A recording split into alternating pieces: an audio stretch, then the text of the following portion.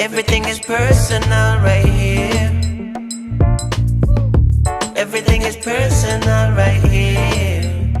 Ladies and gentlemen, boys and girls, welcome to another episode of Everything is Personal. Today, our guest is Andrew Levander. Did I pronounce that correctly, by the way? You did, yeah.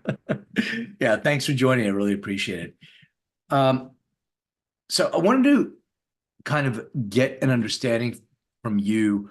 Why is chemical dependency your focus? Why is it so important to you personally? Oh, that's that I guess an easy question. Because I am a recovering opioid addict and alcoholic, and um, I I have this sign on my desk that says "Hold on while I overthink this," and that's what's happening to me right now. Um, as I remember at 15 years old, life was not going well for me. My mother said she was going to take me shopping. I grew up on the North Shore of Chicago, and we ended up in a therapist parking lot and not at Neiman Marcus. And um, after I was done, how can you do this to me? And indignant. I remember during that first session with my first therapist, his name was Rick Tivers. It changed my entire life. Um, and I remember thinking, all this guy does is try to help people. Like that's a job. I didn't know from therapy at that point. I knew from growing up in a family with of wealth and of a lot of problems and a drug addiction that started at the age of about 12. Um, and so I thought to myself, if I make it out of here, childhood, um, I'd like to do that. I'd like to do something like that. So you grew up in Chicago, and what was your family life like? Were your parents together? Do you have siblings? Yeah, I grew up on the North Shore of Chicago in a little town called Highland Park, and I had an older brother named Stephen. He was 4 years older. He passed away in 2014, and um, my mom and dad were together. Um, we're a Jewish kid on the North Shore of Chicago, like 93% of the rest of my high school that I went to. Um, and it was I guess on the outside um it was a beautiful life that I was kind of born into. um I guess not born into. My father worked his ass off, um and it looked really, I keep thinking of like the alcoholic household is traditionally known as everything looks great from the outside, but it's really messed up on the inside. The difference here is that I didn't grow up in an alcoholic household.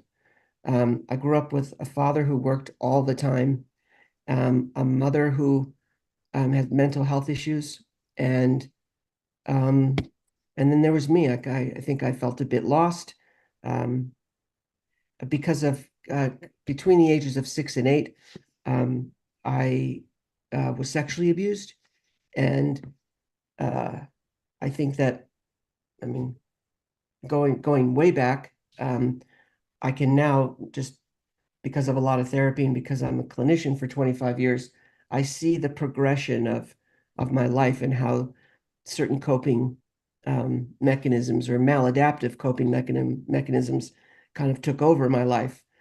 Um, and uh, I was in this perpetual state of invisibility where the goal was um, I didn't want to be seen. Um, and my guess is because if somebody really knew me or saw me, they would know what happened to me, and it just always felt kind of unthinkable.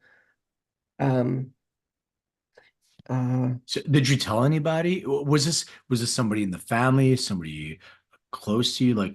yeah, it was a family member, and Oh, okay, I didn't tell anybody okay.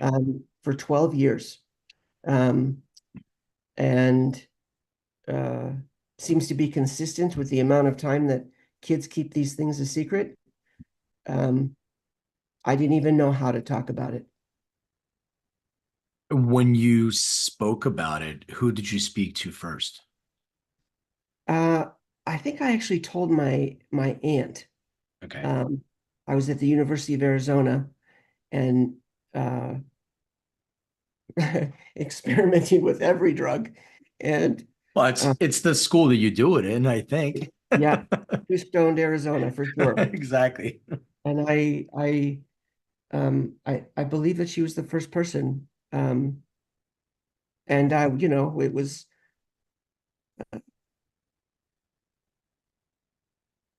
met with a lot of love. So it was received well. So that first check mark of, oh my God, what's going to happen if somebody finds out? Well, nothing bad happened. And I'm thankful for that because it allowed me uh, to start talking about it. Yeah, and that's probably helpful with healing whatever that journey looks like. And it sort of makes sense because, when you have things that are going on in your household and you're holding all that, you want to escape from you. And how do you escape from you? And I'm not a trained clinician or anything. So, if I'm saying something that's No, not clinical you're terms, right. but you're escaping from yourself. So you're either taking a persona and you're escaping from yourself, or you're escaping through substances. So when you're that 12-year-old kid that's suffering, and please, I don't want to be found out, I don't want to tell anybody that I'm gay or whatever that thing is inside of you, or in my case, I was not sexually, but I was physically abused, or I don't know. My family came from the Soviet Union, and this is the way we brought up our kids, and Yeah. ended up in a hospital. It was an accident, kind of thing. So yeah, I didn't go that route. Maybe with cannabis, I kind of did, but you found that substances were sort of your way to escape from yourself. Yeah, I mean, I had migraines that started at around 4 or 5 years old. And my mother would give me a pill. And back in the 70s, it was Emprin codeine. And I didn't know it at the time, but not only did it take care of my physical pain, I got to live in like stop the world, I'm going to get off for a little while, kind of emotionally. And so I think that that seed was planted on if when I need to check out, I can take a pill. And then by the time I stopped taking pills, I was up to, I don't know, 38 extra strength Vicodin a day. Um, so, but you're absolutely right. That was exactly the comment I made about like the goal was to be invisible, Right. to such a degree, that kind of while uh,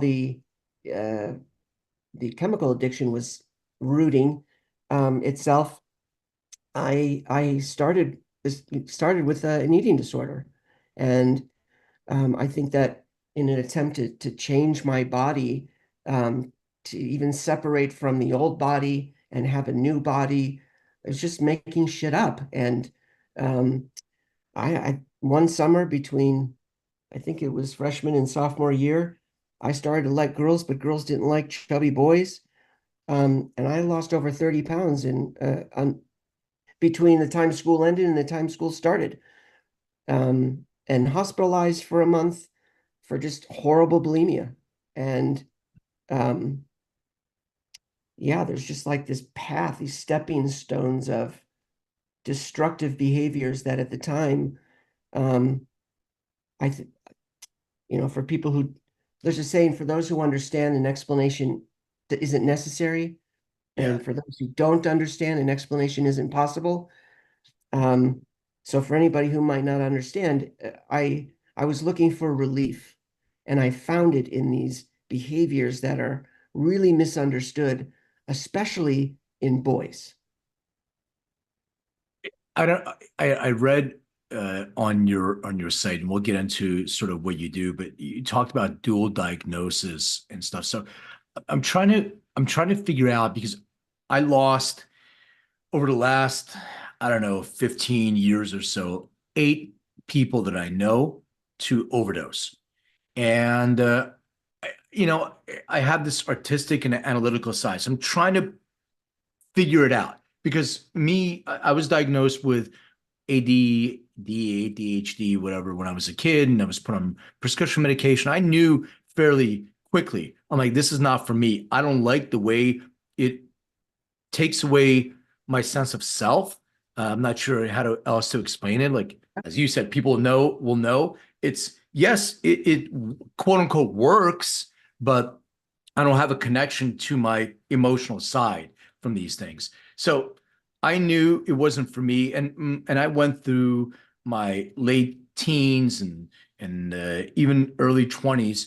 I've tried all kinds of different drugs, and you know, some were better than others, but I don't have the dependence gene. I'm in the DNA space, so I kind of knew later on when I did my own genetics, but I knew right away I could take it or leave it. And I knew when things were too good, like opium, I was like, man, this is a little too good. Let me, you know, try not to do that. But I'm trying to put these pieces together in my head and not being a professional, but I noticed this pattern of somebody that is, you know, taking a drug also may have something else that's going on, like you said, eating disorder or ADHD or something else. Is that sort of what you're talking about? Is this dual diagnosis, or am I kind of Oh off no, base? yeah, I mean, the the the detox and residential treatment center that I run, everybody, um, people get in the door because they drink too much or they use a substance too much, but it's oftentimes, um, it's not what's wrong. It's not what's underneath it, and that's the dual diagnosis or comorbidity. Yeah. Um, that is the overlap between our emotional well-being and this craving in our brain for relief um, from emotional suffering. And to where you said when regarding opium, that's too good, I'm going to stay away from it. An addict would say, this is perfect. Yeah. But then we would take it one step further and say, and I bet there's something even better than this. And so you didn't like the experience of not having a sense of self. And that is exactly what I was looking for. Yeah, I completely understand. That's such a great analogy because control is really important for me. I felt out of control in my life. You know, a mother was in denial, a father was abusive, and all those things. So for me, it's control. So when I'm taking a substance and I'm out of control, I don't want to be out of control. I don't need to be. I need to be a little bit, but when it gets over that tipping point, that's not for me. And it's interesting that you say that. It is the flip side of that because you want to be an escape from you. And it's Yeah. interesting. And then there's, I just kind of love how this is coming together. I don't know who said it, but there's a quote, um, be, um, be yourself, everyone else is taken. And so while I'm busy Emerson, yeah. and millions of people are trying on different hats and being literal chameleons in the world, um, to be someone different than who we are, um, it makes sense why it never works because we we're just not supposed to be someone else. Yeah. But in the absence of an identity, um, it's a horribly painful place to be. So when you had that first experience with the therapist, what did the therapist do with you that connected you to this? Okay, I'm starting to see that this is something that I can address. Um, I mean, it sounds, I guess, cliche, but it was a safe enough place for me to take a risk. And so part of it, looking back, was me and my willingness to kind of go there and being in somebody else's space that could tolerate where I wanted to go. And that's the beautiful nature of therapy and why I love being a therapist is um, grad school, we learned that no client will go anywhere you as the therapist are not willing to go. And so I happened to, I guess, pick well, or it worked out well that nothing bad happened. And then I remember that he pointed that out. He's like, I want you to, you know, kind of mark this day that you said something that you had never said and nothing bad happened. Mhm. It's such an interesting, like, it does sound cliche and it sounds so simple, but it's so not. And I plan on asking you, I'll ask you sort of now in a more a complex kind of question about Encino Detox Center and why you started, but you said something, safe space. It's such like we talk about all the time, but I was a coach for a little while, and in coaching people like business and ADD was sort of my focus on that. But because I think people feel safe, and my girlfriend and other people tell me, people share different things with me, and people started coming to my coaching and saying, "Hey, I have my daughter who rips out her hair and eats it. I don't have any, like, I'm not equipped for that. I have no training for that. I don't know." But the safe space analogy is such an interesting thing. So it's sort of a leading question Yeah, to the Encino. you're an easy person to talk to. I know that already in 12 minutes. Well, I appreciate it. I'm very curious. I love people, and I'm very curious what makes people sort of people, and I'm very very interested in that. So, I, is there is it like a lack of judgment that creates a safe space? Because I mean, you can just talk about anything and we'll have a conversation. I'm just interested, and I'm interested in helping. And I think that's something that people kind of gravitate to me. So when you decided you went through your journey and then you started, I'm going to help other people. What was the mindset of how do I want to create a center that maybe is different or maybe similar to something you've had before? Yeah, I remember for the longest time I had this thought that whatever it is that I do, when I survived childhood, and I wasn't good at much, but I was smart when it came to this topic of psychology and people, and inquisitive like you said you are. Um, and there's a really big difference between being inquisitive and being judgmental. And um, uh, people love talking about themselves if it's the right person who's asking. Um, I remember thinking, I don't remember when, but the only thing I wanted to do as a therapist was to help reintroduce people to themselves in a more loving way. That was the that was the goal. No idea how to do it. Um, was in grad school for 3 years. I did the work, my own work. I realized, well, I can't be a therapist until I like, there's a lot of stigmas attached to it. Like, you don't like take my advice, I'm not using it. Well, I didn't want to be that person. Um, so, most of us therapists, we do enough work to be able to be authentic and have integrity with the people that we're trying to be helpful to. It's kind of paying it forward. I'll always remember Rick. Yeah, Not yeah. I think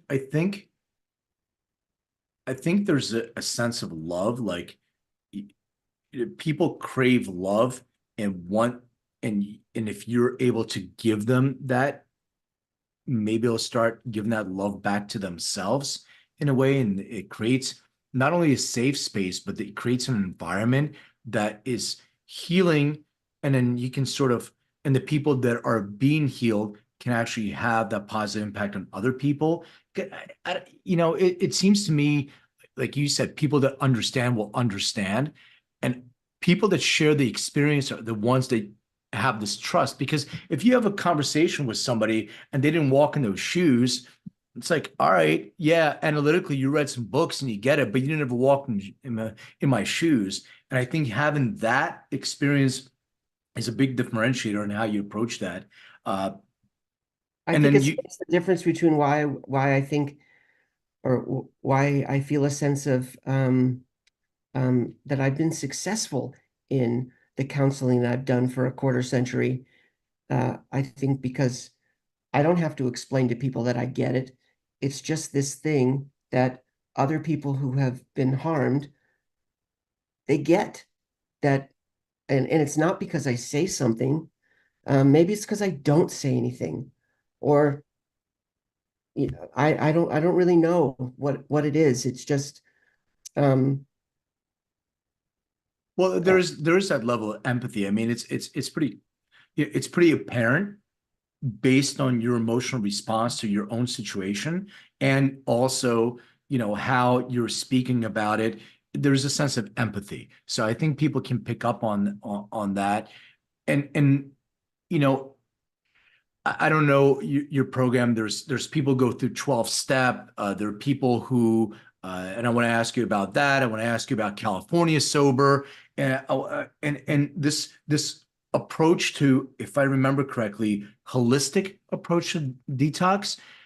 Maybe you can elaborate a little bit more on what that is and what makes it. yeah. So far you've mentioned 12 steps and taking people through the 12 steps, and I love 12 steps. I still go to my AA meetings, and um, the way that I say it now is I am brand loyal, but I am not rigid. Mm, So if it's rational recovery or refuge recovery, which is Buddhist principles and philosophy, whether it's you get something spiritual at an insurance seminar, I don't care.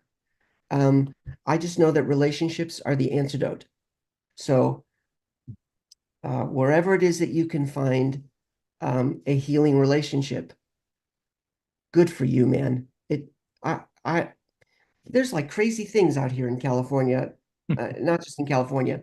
Like, no, I'm an AA person. No, I'm an NA person, and we are very, like I said, kind of brand loyal. And then my theory on that is whatever it is that I've done has kept me sober at least up to 3:35 on the 30th of July. So I think that a lot of us, we get set in, well, this is the way that works. I know that it's just the way that worked for me, but I'm not necessarily open to doing what I do differently in my recovery. But on our, we have a really beautiful property here, and wherever you turn, there are books. In this corner, there's AA, NA, Refuge, Sober Today, Just for Today. There's a little bit of everything. There's a Bible, there's a Haggadah, we have a little bit of everything. Um, and hopefully something sticks. So I guess what you're saying is whatever works, as long as it works and as long as you continue practicing that. You also talked about relationships, and I find it fascinating and sort of going back to the love thing in relationships. But if you're going through a journey and there's some toxicity, wouldn't you attract people that are also maybe toxic on your journey? And how do you know that your relationships are impacting your life positively until you have your accountability partner that's going to say, hey, wake up, maybe this isn't the right codependent person for you.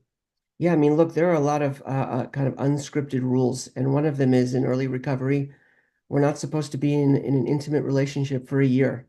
uh, And I can continue to use my brain to solve problems in my life, but my brain got me to 12 steps, at yeah. least on the first day.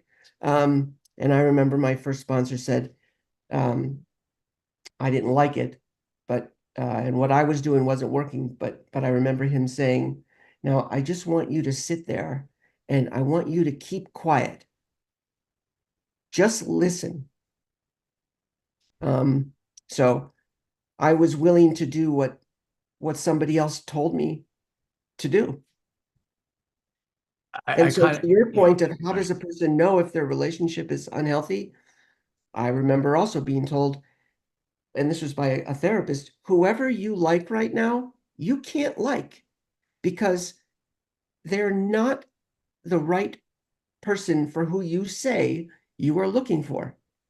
Their name is different and their hair color is different. But underneath it, you are going to naturally, unconsciously pick the same type of person that is pulling on those parts of yourself that haven't even been looked at yet. Uh, Very profound, I gotta say, because you know, like I said, I lost people, and besides lost people, I saw people recover, and then even during COVID, I was part of this men's group, and I was going to these outside parties on the beach because you know you're indoors and all that stuff, and I started seeing, you know, people that are taking drugs. And you know, COVID, maybe people are saying it's the end of the world, might as well just do whatever. But I started seeing these patterns of people talking a certain way, acting completely differently than what they're saying they're going to do. A lot of hypocrisy, and then the relationships, the patterns in the relationship they started attracting and trying to convince themselves, like having this conversation. I'm clearly seeing not that, but they're having this conversation to convince themselves. It's really profound that you said that. But do you need somebody, like, do you need to have somebody in your life that's going to give you a smack or wake you up and get you out of this pattern, this matrix? Is that the only way to be able to? Because once you're in it, how do you know that you're attracting, you know, the wrong person or whatever? Yeah, these are great questions. For me, I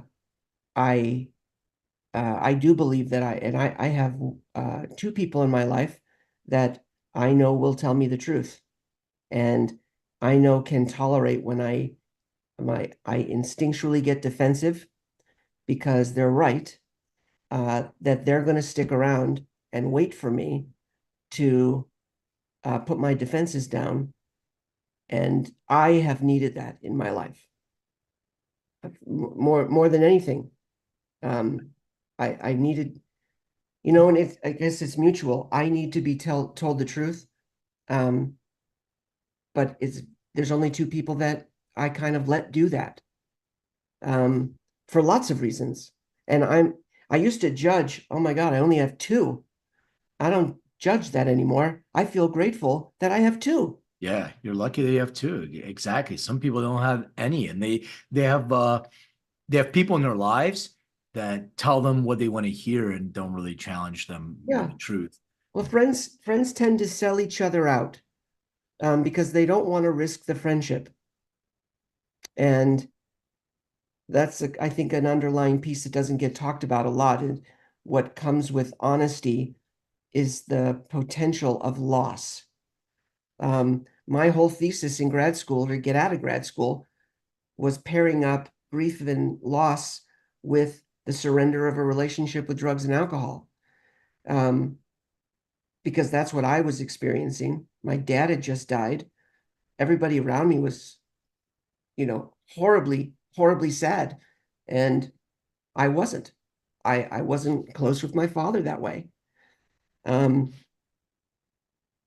but when I got sober, uh, it made sense to me. That's how miserable I was. Mm. So that's part of the work that I brought in opening this place was Yeah. leaving the loss of the most need gratifying relationship the person has ever known. Wow.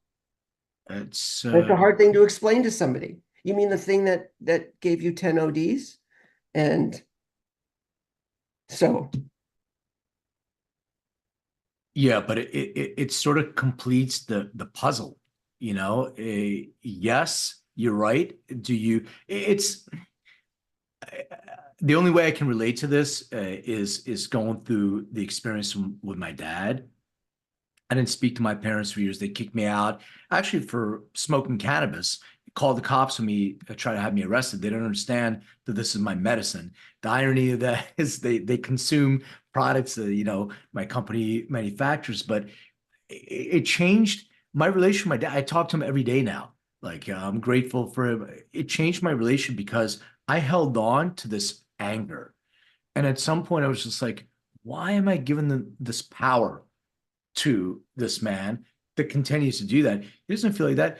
I had a conversation in a therapist's office. I actually brought him into my therapy session. He told this story. I'm not going to go into it for the sake of time, but it sort of made me feel like, oh, you try to beat the emotion out of me. I'm not going to do that anymore. Had a conversation with him, and he said, look, there was no book written. I apologize if I did it anything. There were probably books written, but he wasn't reading them at that time.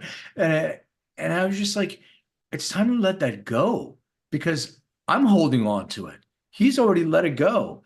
And it changed my whole relationship with him, with myself too, maybe even with my daughter as well, when you're able to give that up. And I don't know, it's not easy. And I think it's that hard work that people want to get away from. Maybe that's, the self-medicating, because it's very difficult to have that conversation with the person who may have been the cause of you actually, doing these things to yourself. Yeah. Yeah.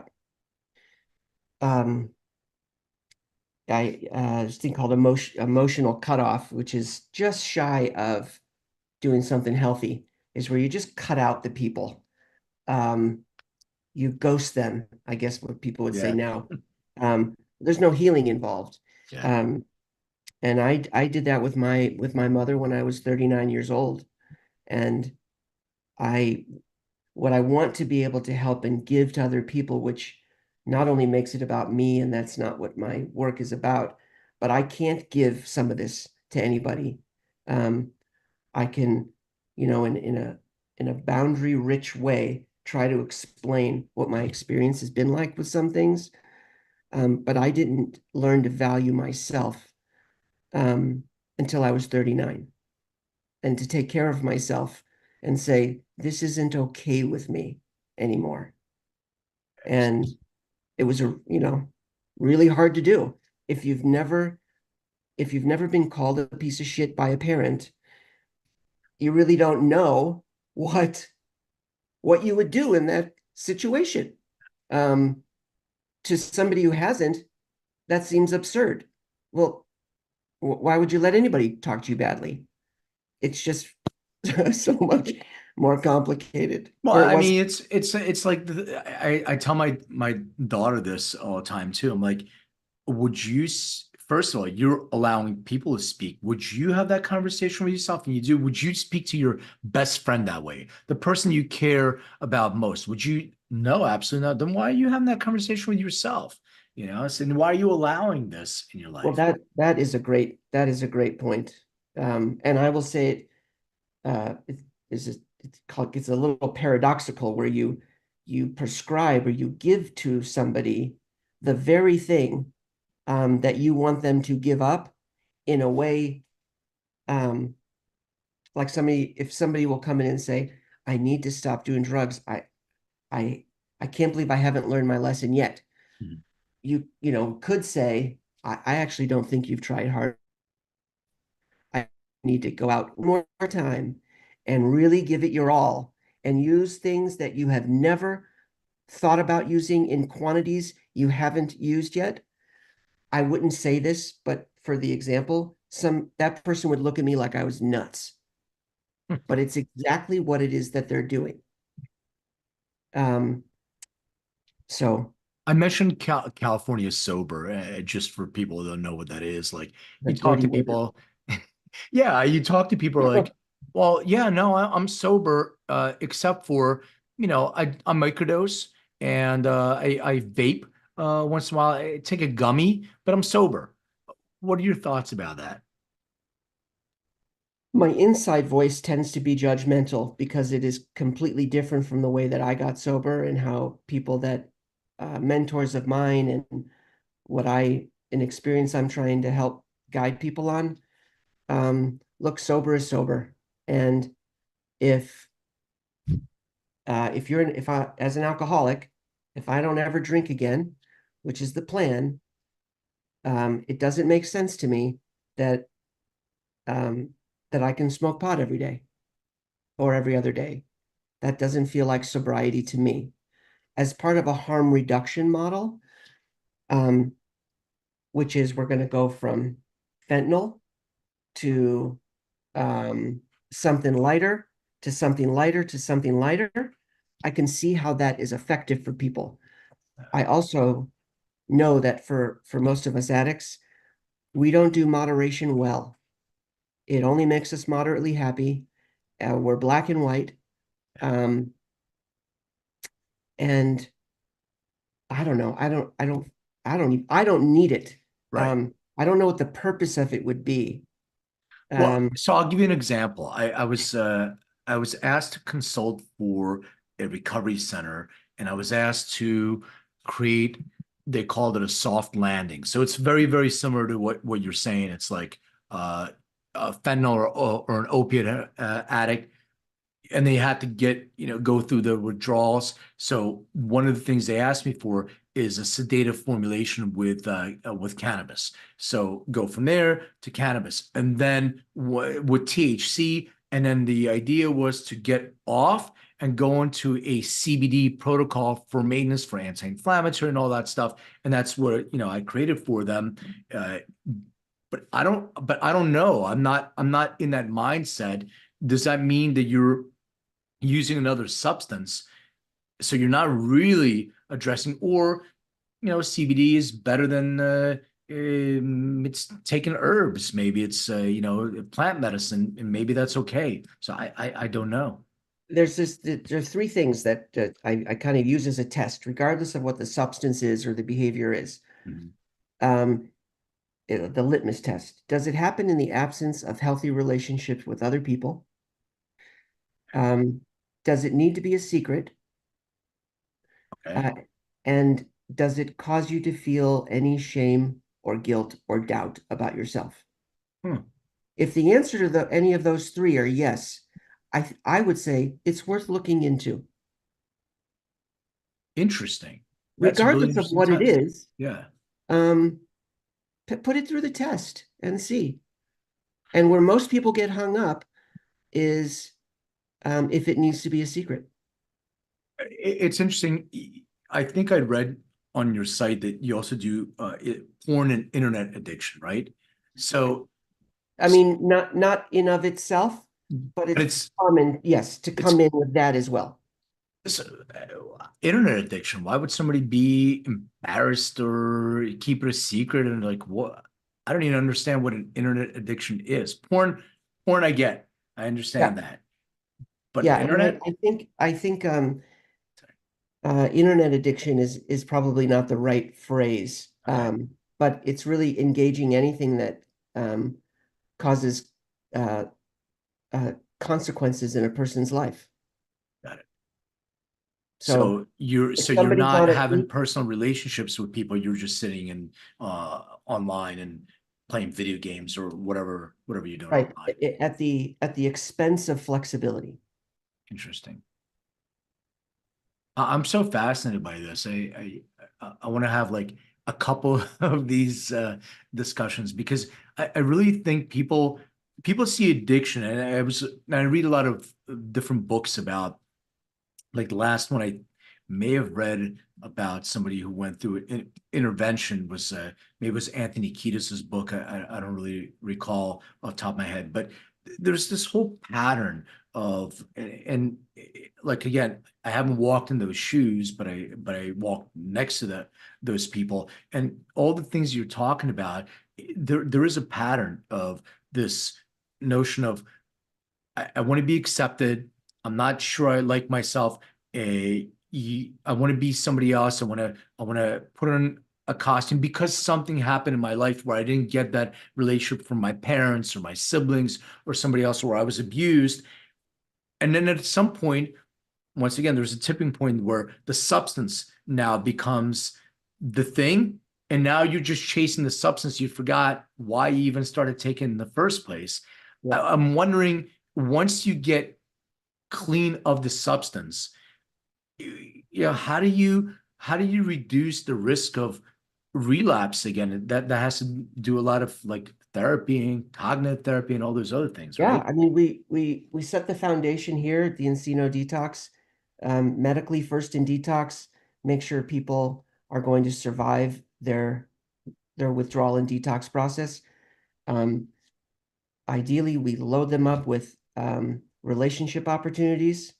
The way that I kind of phrase it is, I will bombard people's mixed feelings and possible feeling scared or concerned about connecting with people where the odds are that person has had experiences where people have been harmful to them. So I am bombarding them with the thing that they have ambiguity about connecting to Hmm. because they haven't had a good experience yet, potentially, or they've ruined all of them that have come so far. Um, and to try to give them a reparative experience where one bad, all bad is not true. Um, and to learn to replace, like, I can't go back and undo what was done or get what I didn't get. And so part of this beginning recovery is identifying the fantasy and um and courageously looking at it. Is it ever, am I ever going to do anything to I can't, can I change this? Um, or can I accept it? Something happened. I don't know how to talk about it. I don't want to talk about it, but something happened. Okay. End of the day. Good work. Like, we have to start thinking differently about things. And that's where the recovery community saying of insanity is doing the same thing over and over and expecting a different result. And we all do it. Like, I can't believe this happened again. Really? You can't believe that it happened again? I don't mean this judgmentally, but there's been no work done.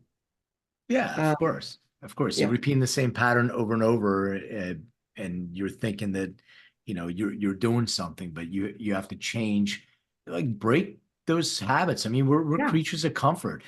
You go back to, okay, well, this is comfortable for me. It's very uncomfortable to do the opposite and do the work. So, You know, the grief and loss thing related to addiction recovery, to kind of put a finer point on that. When I ask people in the past 25 years, if you were not a drug addict, who would you be?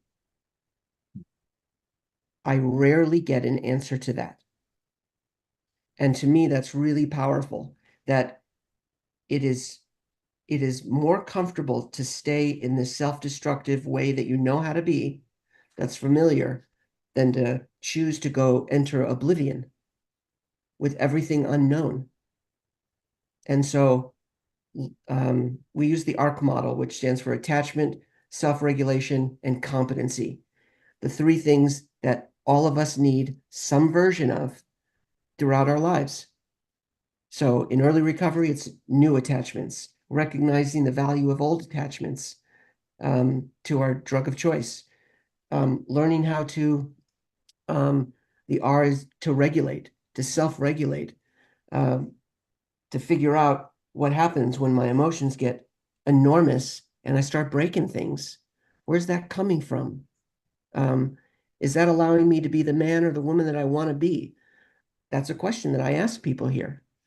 Um, the biggest question is, if you came to believe that you were mistaken about yourself, how would your life be different?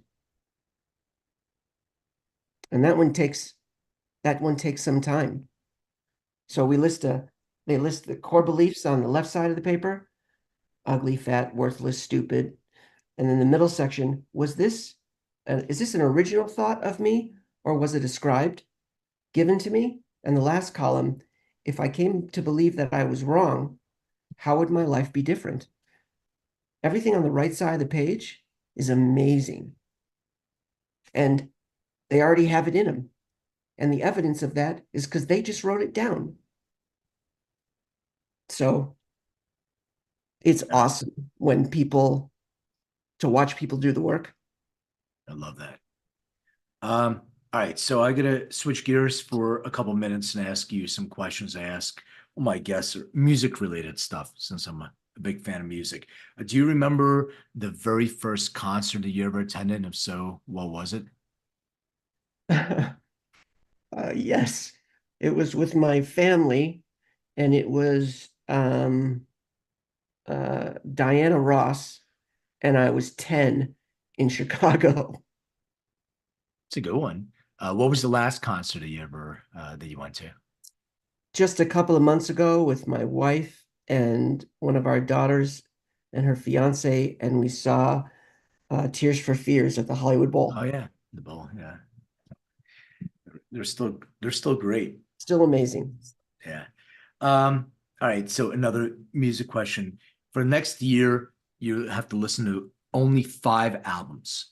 I'm going to preface that you don't have to remember the name of the album. It could be, a Diana Ross album or something like that. What will be those 5 albums? At least one of them would be the new album of Tears for Fears. Um, uh, Pretty much any of the Depeche Mode albums. Um, uh, George Winston's December piano.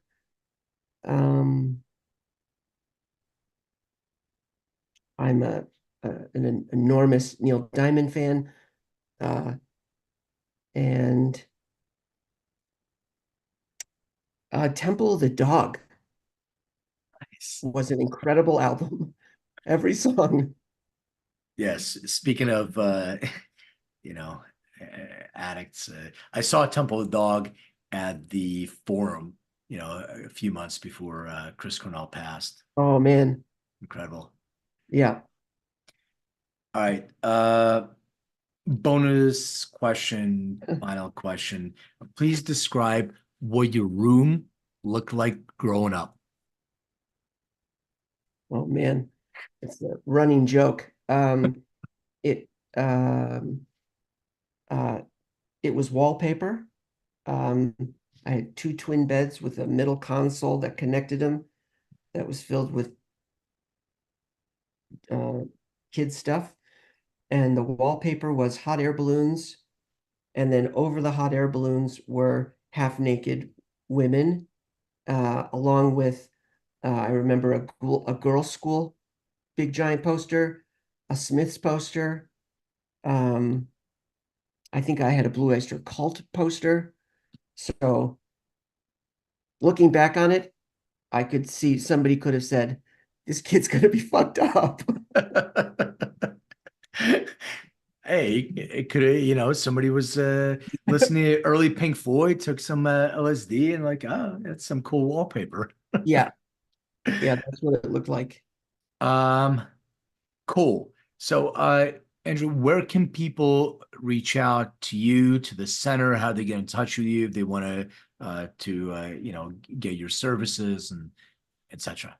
Yeah, great. Either on our website, which is the Encino Detox.com.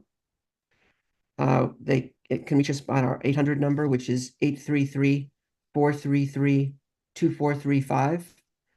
And I guess the letters there are for EDC help. Yeah, both those ways. And for my audience, thank you for listening and appreciate all the wonderful reviews. Love those 5 stars, and if there's less than 5 stars, leave them anyway. We'll talk about it. I like to always improve, and if you want a copy of the book, please go to Amazon, wherever you get books. It's Making Cannabis Personal. Not really a a book for the current topic that we're talking about, but it is about genetics and how you can possibly mitigate a possible adverse event with cannabis. So, Andrew, I want to thank you so much. It's been enlightening. I mean, maybe we can have a part two at some point. I have so many fascinating questions that, well, fascinating to me that I think I want to ask because Yeah. I really enjoy this topic, and I really think I just see so much going on right now in the world.